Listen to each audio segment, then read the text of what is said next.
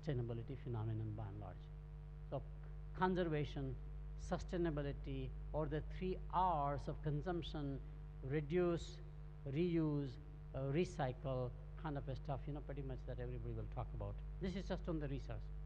The bigger impact is on markets. These two nations will be the largest consumer markets for everything. Cell phones, already see that. China is 700 million subscribers. India crossed about 550 million. And in India, it is such a growth market that every month they are adding 15 million net new subscribers. You start with basic phones, then you go to smartphones, so growth continues in the process. This is true for appliances, automobile, anything you think about it, which is household-related consumption, including affordable housing, will become a very large economic platform. And hence, China has been shifting its policy from a heavily export-oriented economy to also being more and more domestic consumption-oriented economy. And today, Chinese seem to have the money to spend on themselves in their own homes, both the middle-class families as well as super luxury, etc. Rise of Chindia's global enterprises. You will hear more about companies that we never thought, even names we did not know, like Huawei Technologies. It is already bigger than Lucent Alcatel, Nortel, Ericsson, Siemens, or Fujitsu and NEC. They've just begun their journey. And they're dominating.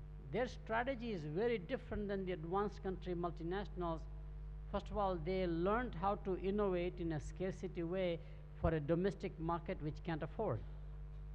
So the cellular telephone service, cheapest one is in India, and they still make money. They have figured out how to make money at low price points. Then they go into other emerging markets. So Airtel, which is a brand name in India, about 200 million subscribers, buys out Zain, which was owned by Kuwait, and now is all over Africa. They go from emerging markets to other emerging markets, not to advanced countries. Then they go to advanced countries. So they learn technology in the toughest conditions possible. Hardwire or harden the technology, then they take it. So today, Huawei Technologies in wireless is knocking the doors of AT&T or Verizon, as we call it in America, but also Telecom Italia, Telefonica, all those countries, which is interesting. It's a reverse flow, as opposed to starting with advanced countries, then you take the products and services to emerging economies. This is a complete reverse innovation, essentially. So we are watching as to how disruptive they will be.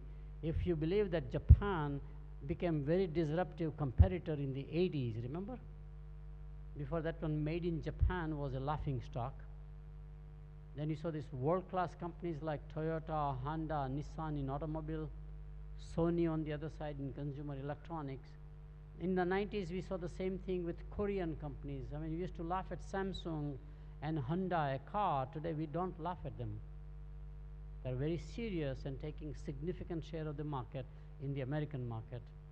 Now, those nations did not have a large domestic advantage, and now here you talk about an enterprise that has a huge market in China, a Chinese corporation going abroad. Scale economies are in their favor pretty much. So these are going to be a lot tougher enterprises to compete with in the global market by and large. R&D is now shifting to China and India. Not the low-end wages, but we are talking about real high wages and knowledge creation phenomenon. All large enterprises, especially US, both in technology like Intel, Hewlett-Packard, IBM, Microsoft are shifting their R&D centers in Asia. They may technically house it in, let's say, a country like Singapore because of the laws, requirements, IPR protections, but most of the workers are of Asian nature. Fascinating change. And this is happening in pharmaceuticals, automotive design. I can just give you industry after industry. It's the same phenomenon. We say that these countries will stop being imitators and actually will become innovators themselves, which is a fascinating change in this part of the world. Affordability will become another major focus of innovation, because in emerging economies, The level of people below the poverty level is very large size, 40% roughly. And the only thing that they don't have is not aspirations. A typical Indian farmer has a cell phone now with a traditional dress. Now he wants to buy a t-shirt with a logo, okay? And wants to wear jeans. Think about that. Hottest selling jeans are in rural India by illiterate people. But can he afford it? So more innovation will happen on affordability and accessibility, as we call it, distribution, and how do you access those customers. Next area is called fusion of cultures, which is my favorite. I've anticipated. How many of you have read Rudyard Kipling? Remember Rudyard Kipling wrote classic, I guess, book where he mentioned East is East, West is West, the twain shall never meet. He is dead wrong. He's not only dead, but he's wrong also.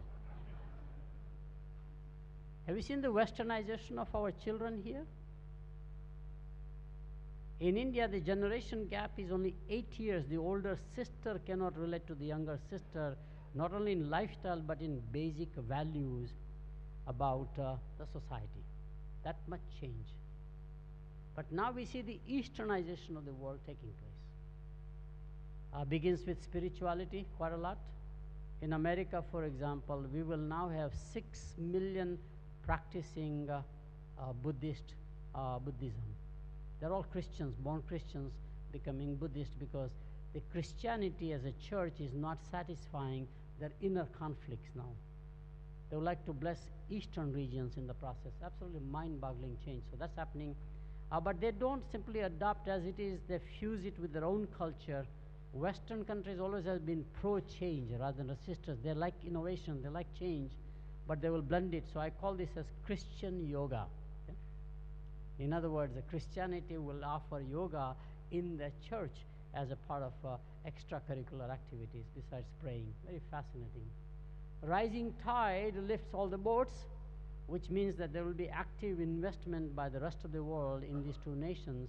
They have no choice but to participate. And we clearly see that thing. Have you seen $1 trillion of profit? No, market valuation now comes from American companies because they are participating in China and to some extent India market. The future of large American corporations such as IBM or McDonald's, for example, or Coca-Cola is all now in Asia and mostly India and China, which is again unthinkable. That's what's happening. Last area quickly I'll take and then get into the Malaysia side. The third major change is going to be in geopolitics. We see more and more economics driving the political leaders' agendas. The BRIC summit, for example, that's taking place. These 4 nations, Brazil, Russia, India, China, they're meeting among themselves like the G7 used to meet. G7 has already become G20. All these countries we mentioned are becoming part of the G20 discussions, etc., mostly economics. Rise of a multipolar politics. I think the unilateral politics that America became with the collapse of communism will now break up and it will have a multilateral politics. Asia will have its own view. Europe will have its own view. By the way, this IC Institute, when we wanted to create an office around here, they said, great idea, we love the concept, but let's call it India, China, Asia. Forget America. World is forgetting America, which is very myopic because America will revitalize. America will become a significant nation back again, and you cannot ignore America no matter how you look at it, which is interesting, which is fascinating. And I can comment on currency in a moment. So rise of Chindia leadership in world bodies. So if you look at United Nations agencies, or if you look at WHO, IFL, any agency, heads of those now will be less Europeans, less Americans, and more Asians will be targeted to head up those agencies, or Africans for that matter, which is fascinating.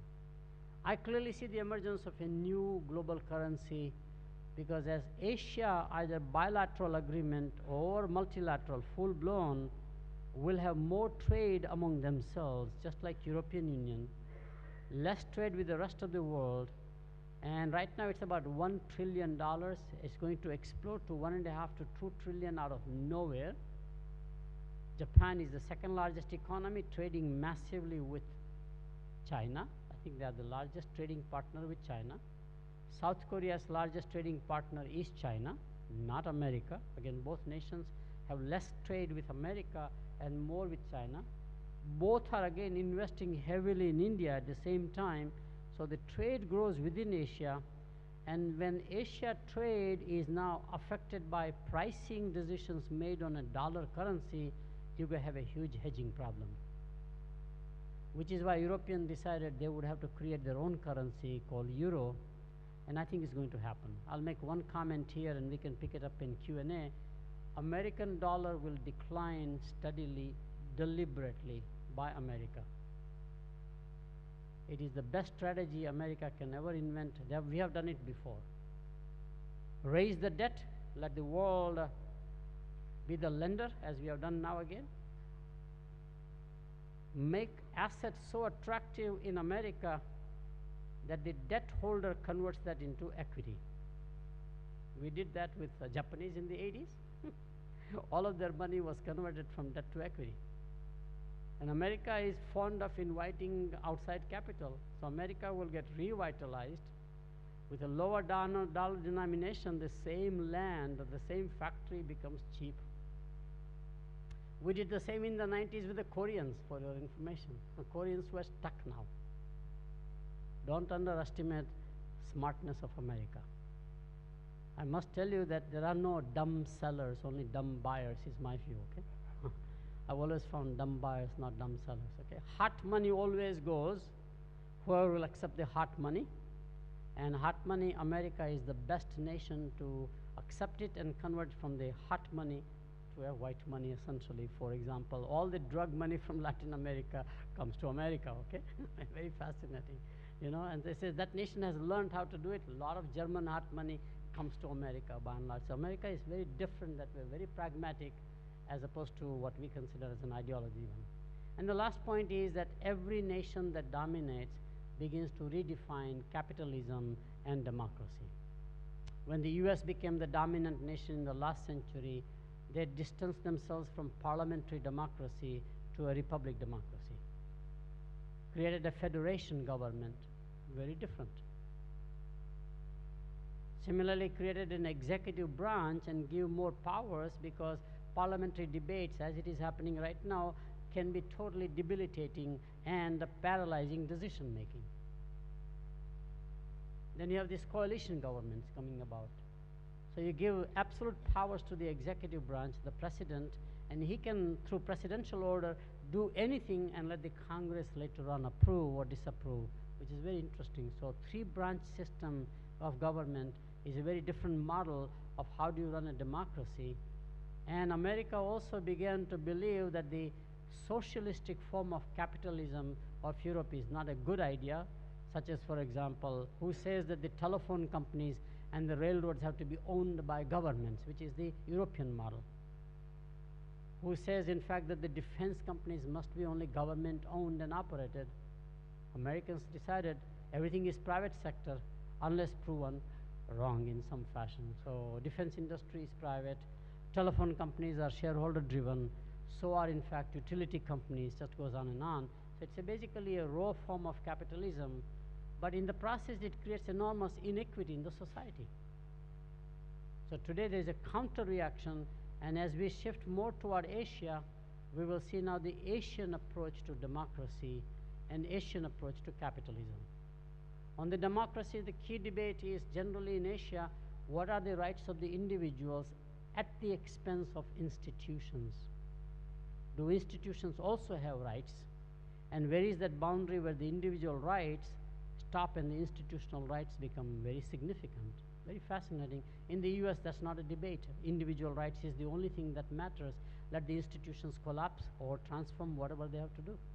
That means a teacher's role in the classroom, priest's role in a church, president's role in a government, doesn't make any difference. In Asia, we have always believed in institutional rights. And therefore, we don't allow individual freedom to a level where it becomes actually disruptive to the society or becomes actually harmful to the individual and the society. So this whole evolution that we are watching about how the democracy and capitalism will be redefined pretty much as Asia becomes the dominant I guess geography for the economy. So what are the implications for Malaysia? Malaysia's 2020 vision plan, I think, is excellent. I read it, and I read it twice. Very well written. Among all of the vision plans written by governments, I thought this was blunt message. The message was that what we did in the past, in the 80s, is not sustainable. And the plan has so many initiatives, about 10 or so, and I find that some of the initiatives here are very key in terms of talking about that one. Clearly, I have identified 7 of those, and these are primarily designed for creating economic growth and transitioning the economy from sort of in the middle right now to become a high-income economy by and large, and that's really what it is. I wanted to take a couple of points out of this one and focus on them. I think innovation is the buzzword all over the world, no matter where you go. India has a huge innovation focus. Government is actually funding a lot more into the innovation. But my view about innovation is that innovation is not limited to technology. Okay, in fact, the biggest innovation is the mindset to say, how do I do things differently than what the world is doing, what my company is doing, what the industry is doing, and bring about a paradigm shift. It's that simple. It could be as mundane as changing the distribution channel, for example.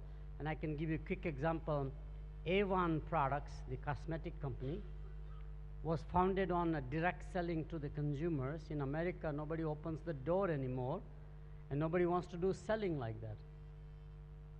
Largest market used to be America. They decided their future lies with foreign markets, especially emerging economies. They have 1 million agents in Brazil alone, most of them on the Amazon River boat. They have converted ordinary people into merchants.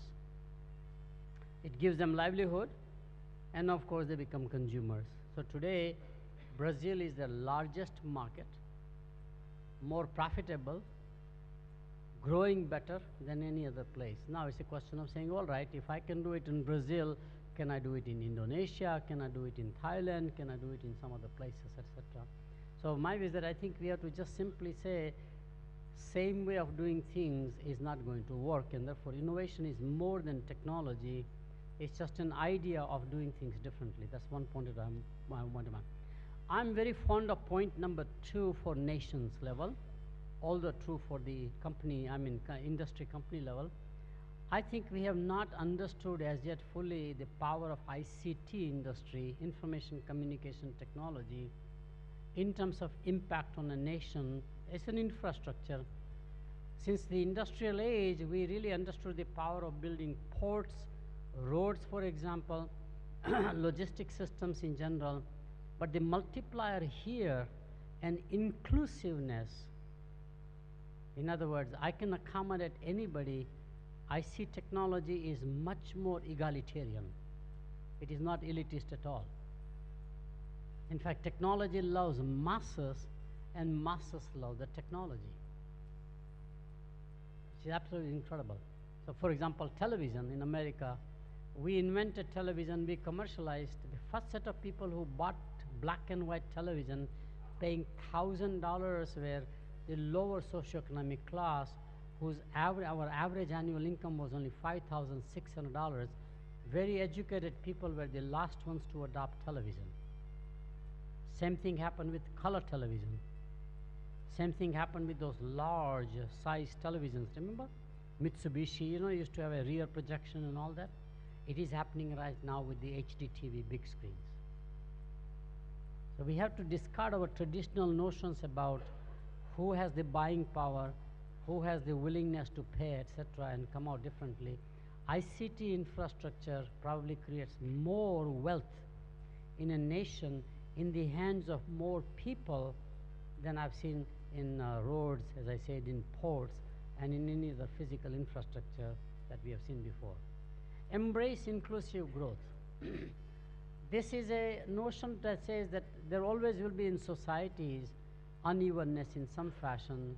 How can we proactively, in fact, make sure that the lower end of the society is allowed, first of all, and encouraged to participate in the economic growth? May not be in the social aspects, but at least in the economic aspect. If economics come through education, then you have to have a policy to say what can we do to increase their enrollments in the primary school, secondary school, and definitely higher education. But the inclusive growth simply says that it's our mindset. We as thought leaders, well-educated, somehow have a view about the poor in a way that we need to discard. It's our own mind. It's like a colonial mindset in the way colonial powers looked upon colonies. You know, it's a similar analog. Just to give you a size, while IMF declares this as poor people because they calculate per capita income, $2 per day income, and therefore let's say $700 per year or some such count. In India, I did a research study.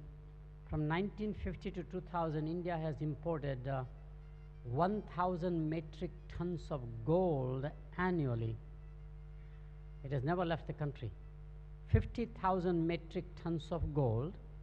You multiply with 2,000 pounds, the American system, and 2,000 pounds into 16 ounces, and then multiply each ounce at $1,500 per ounce. It is slightly $2.5 trillion of wealth. Somebody paid money for that. Legal, illegal, is irrelevant. 75% of that $2.5 trillion is with the poorest of the poor people in India. In the village, after the woman gets married, first thing she wants is one more sari, the Indian dress, so that she can be actually making you feel family better represented, or the sari to go to the temple, to go to the church, to mosque kind of a stuff, where you don't use the regular working clothes, right? Second thing she wants is jewelry. And she knows how to get jewelry created, converted from whatever cash that she has.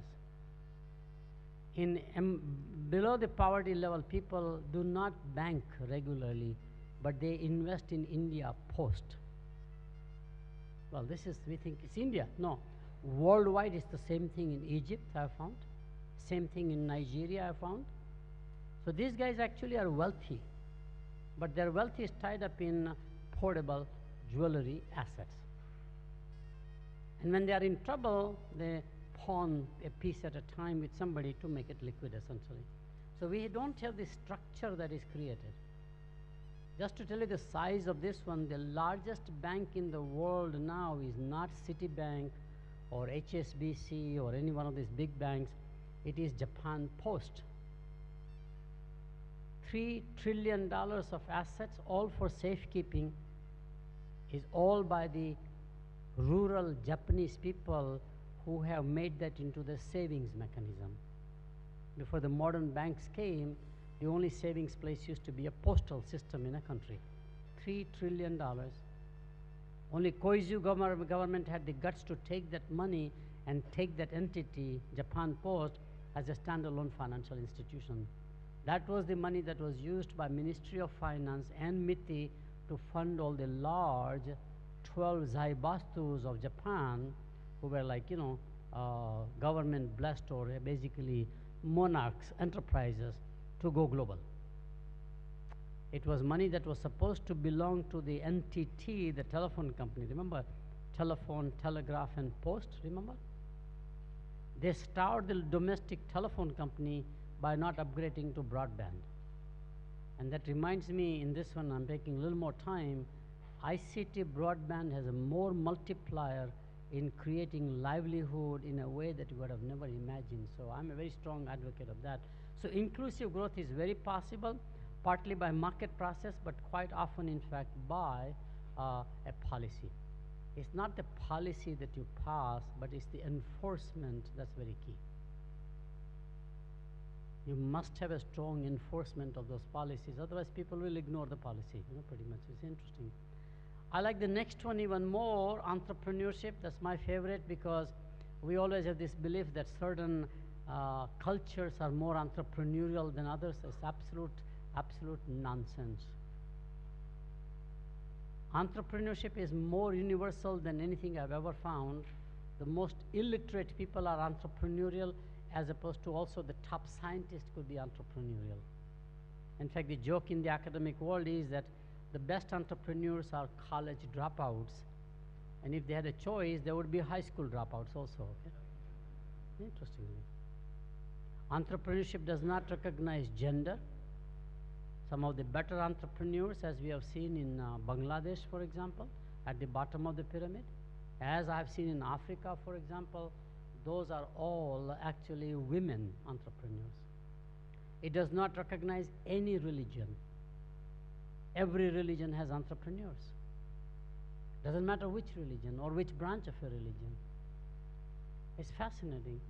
So my view is that I think we have stereotyped ourselves.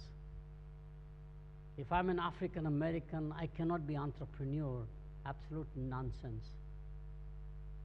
It's a matter of igniting that passion. If you go to street vendors in some of these countries, they will outsmart you. Little boys of 7, 8 years have a negotiating skill, eye contact to understand far better than what we train as account managers, right? Or salespeople. This is interesting. So I'm a very passionate person about entrepreneurship.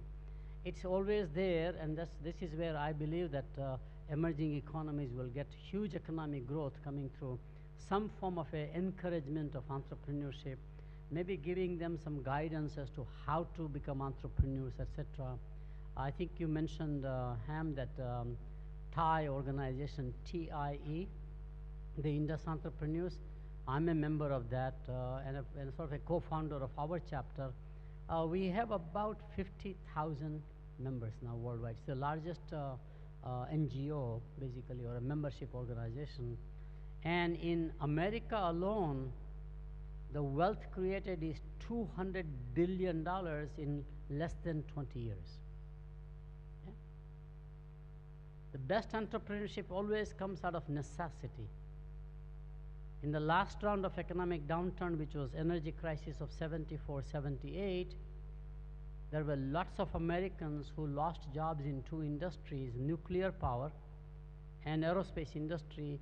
I know quite a lot my Indian friends and colleagues who aspired to be just engineers. Their whole dream was that I will be an engineer, stay with the same company, and I will retire out and get my gold watch. No jobs. They all began to buy convenience stores. They all began to buy gas stations, hotel motels, and now they're so wealthy, but more importantly, they are happy. Would you like to go back to being an engineer? They say, no way. So there was an entrepreneurship there. But they never thought that they would like to be an entrepreneur. One of the things, again, I'm sidetracking here, but I must tell you that as business leaders or political leaders, our whole mission in life has to make ordinary people extraordinary. It's very interesting. If you take a grain of wheat and make it into a loaf of bread, the value add is about 3 times. If you take a rough diamond and polish it, and a good diamond cutter can get the brilliance out, so the rough diamond value will go 15, 20, 100 times. The nice thing about diamond analog, which I like, is that a diamond cutter